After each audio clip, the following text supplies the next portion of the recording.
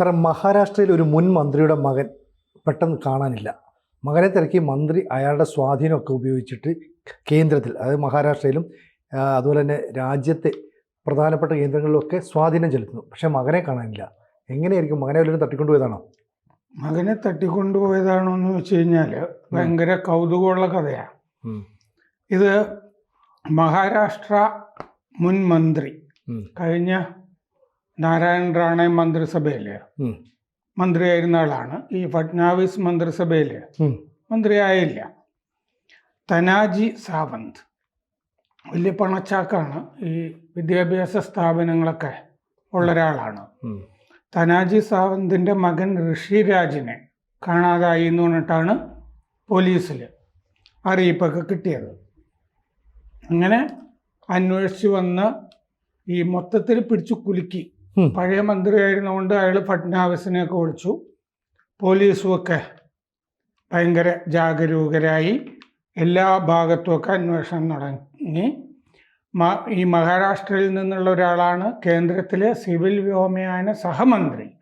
അദ്ദേഹത്തിനെയൊക്കെ വിളിച്ചു പറഞ്ഞു.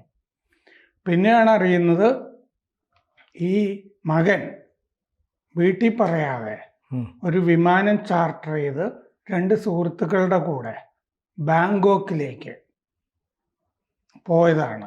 അത് കറങ്ങാൻ ഇറങ്ങിയെന്ന് പറയൂല്ലേ? കറങ്ങാൻ ഇറങ്ങിയതാണ്.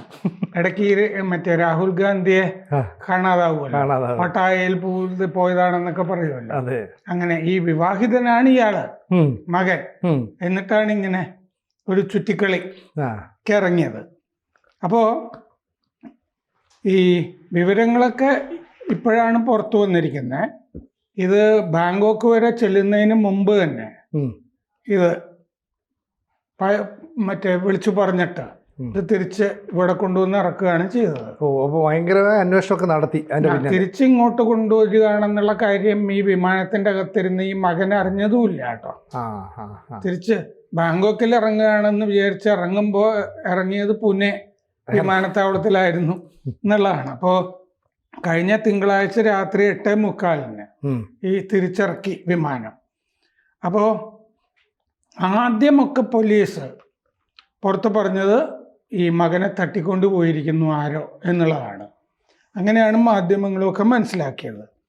ഈ അച്ഛൻ തനാജി സാവന്ത്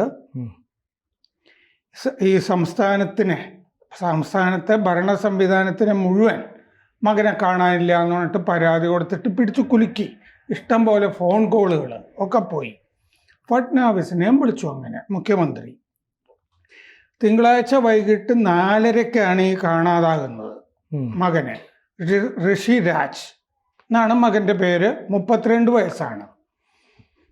2 മക്കളുണ്ട് ഈ തനാജി സാവന്തിന്, മുൻ മന്ത്രിക്ക്. അതിൽ ഇളയവനാണ് ഈ ഋഷിരാജ്. ഈ ശിവസേനയുടെ ലെജിസ്ലേറ്റീവ് കൗൺസിൽ അംഗം ആണ് ഈ തനാജി സാവന്ത്. മറ്റേ ഷിൻഡെയുടെ ശിവസേന ഉണ്ടല്ലോ, അതിൻ്റെ ഇതിൽ അവിടെ 2 സഭകളുണ്ടല്ലോ, നിയമസഭയല്ലാതെ ലെജിസ്ലേറ്റീവ് കൗൺസിലും ഉണ്ട്. അതിലെ അംഗമാണ് ഈ തനാജി സാവന്ത്.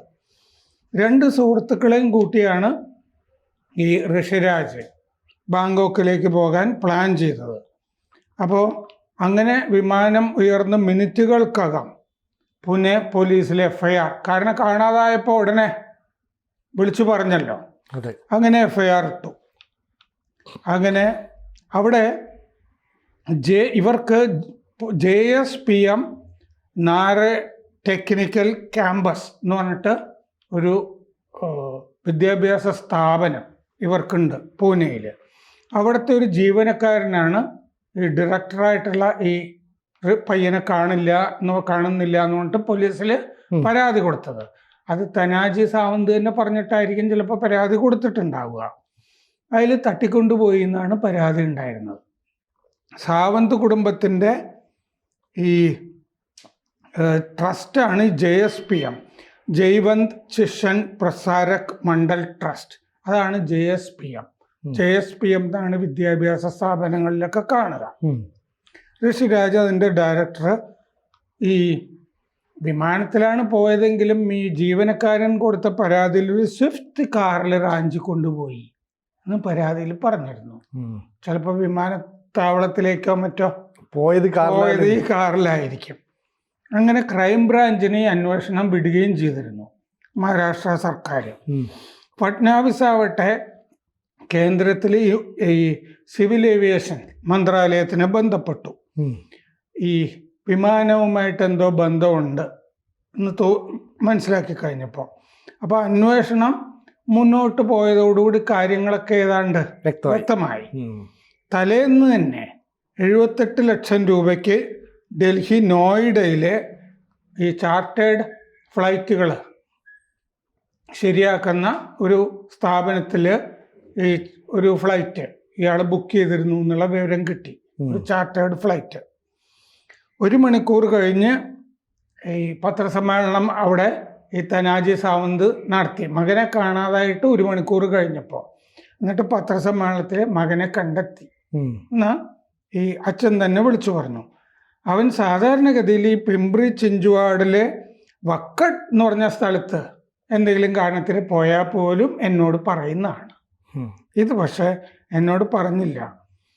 കാർ എടുക്കാതെ ചാർട്ടേഡ് ഫ്ലൈറ്റിൽ പോയെന്ന് അറിഞ്ഞപ്പോൾ തന്നെ ഉത്കണ്ഠയായി. അപ്പം മകൻ്റെ കാറിലല്ല പോയിരിക്കുന്നത്, സുഹൃത്തുക്കളുടെ ആയിരിക്കില്ലേ. കാർ എടുക്കാതെയാണ് പോയിരിക്കുന്നത്.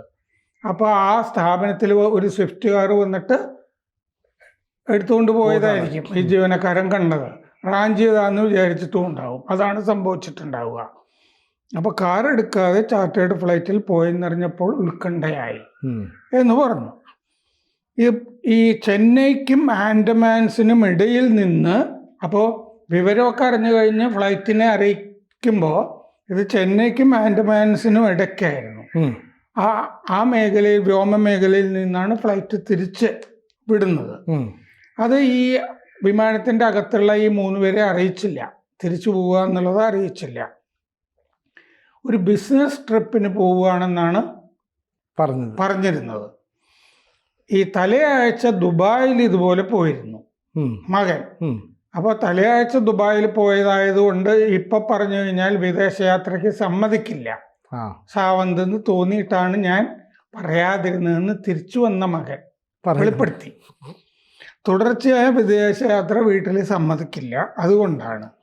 അപ്പോൾ ഈ കൂടെ പോയ 2 പേരിൽ ഒരാൾ ഈ മന്ത്രിയുടെ JSBM ട്രസ്റ്റിൽ തന്നെ ജീവനക്കാരനാണ്, മറ്റേ ആൾ ബിസിനസ് ചെയ്യുന്ന ആളാണ്. ഈ സഹോദരൻ ഗിരിരാജ്, ഋഷിരാജിൻ്റെ സഹോദരൻ ഗിരിരാജും ഈ JSBM വിദ്യാഭ്യാസ സ്ഥാപനങ്ങളിൽ തന്നെ ഉണ്ട്. അവർക്ക് ധാരാളം കൃഷിസ്ഥലങ്ങളുണ്ട്, റിയൽ എസ്റ്റേറ്റ് ബിസിനസ്സും ഒക്കെ ഉണ്ട്. ഈ തനാജി സാവന്തിന്. തനാജി സാവന്ത് ഇപ്പോൾ MLC ആണ് അവിടെ. ഷിൻഡെ സർക്കാരിൽ മന്ത്രിയായിരുന്നു, ഫട്നാവിസ് സർക്കാരിൽ മന്ത്രി ആക്കിയില്ല ഫട്നാവിസ്.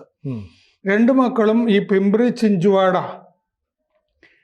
MLA ആയിട്ടുള്ള പിംപ്രി ചിഞ്ചുവാഡയിൽ നിന്ന് MLA ആയിട്ടുള്ള ശങ്കർ ജഗ്താബിൻ്റെ കുടുംബത്തിൽ നിന്നാണ് വിവാഹം ചെയ്തിരിക്കുന്നത്. 2 മക്കളും ഒരു കുടുംബത്തിൽ നിന്നാണ് വിവാഹം ചെയ്തിരിക്കുന്നത്.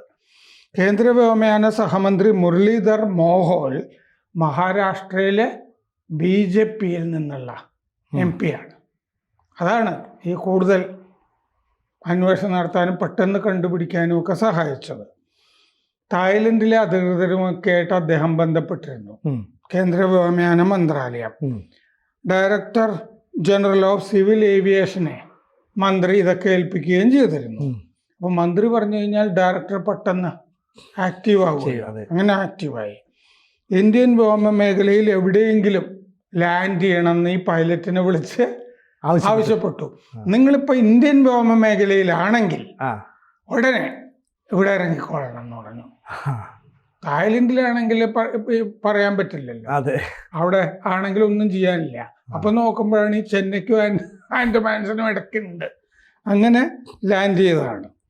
അപ്പൊ പ്രതിപക്ഷം പറഞ്ഞിരിക്കുന്നത് ഇയാൾക്ക് കുടുംബ വഴക്കിന് കാരണം സ്ഥലം വിട്ടതാണ് മകൻ എന്നാണ് പ്രതിപക്ഷം പറഞ്ഞിരിക്കുന്നത്.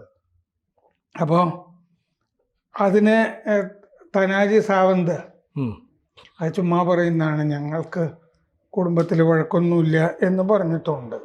ഈ ഭരണയന്ത്രം ദുരുപയോഗപ്പെടുത്തി എന്നും പ്രതിപക്ഷം പറയുന്നുണ്ട്.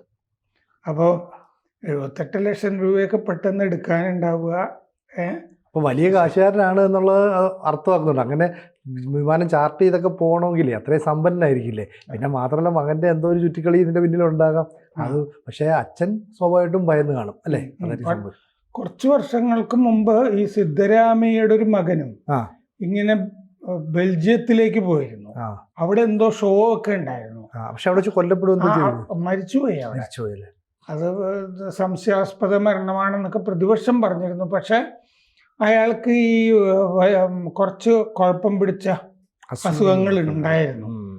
അപ്പോൾ ഈ കുടുംബ ഡോക്ടറും ഒക്കെ അങ്ങോട്ട് പിന്നീട് സിദ്ധരാമയ്യ പറക്കുമ്പോൾ തന്നെ കൂടെ പറക്കുകയൊക്കെ ചെയ്തിരുന്നു. അങ്ങനെ രോഗം കൊണ്ടാണ് മരിച്ചത് എന്ന് പറഞ്ഞിരുന്നു. അപ്പോൾ ഈ അങ്ങനെ വിമാനം ചാർട്ടർ ചെയ്യുമ്പോഴൊക്കെ അച്ഛനെ അറിയിക്കാതിരിക്കാനുള്ള സംവിധാനവും മകനുണ്ട് എന്നുള്ളത് ഇതിൽ നിന്ന് വ്യക്തമാവുന്നുണ്ട്. അച്ഛനറിയാതെയും വിമാനം ചാർട്ടർ ചെയ്യാം, യാത്ര ചെയ്യാം, അതിനുള്ള സൗകര്യങ്ങളും മകനുണ്ട് എന്നും വ്യക്തമാവുന്നുണ്ട്. കൂടുതൽ വാർത്തകളും വിശേഷങ്ങളും നിങ്ങളിലേക്ക് എത്താൻ ABC മലയാളം സബ്സ്ക്രൈബ് ചെയ്യുക, ബെൽ ബട്ടണും അമർത്തുക.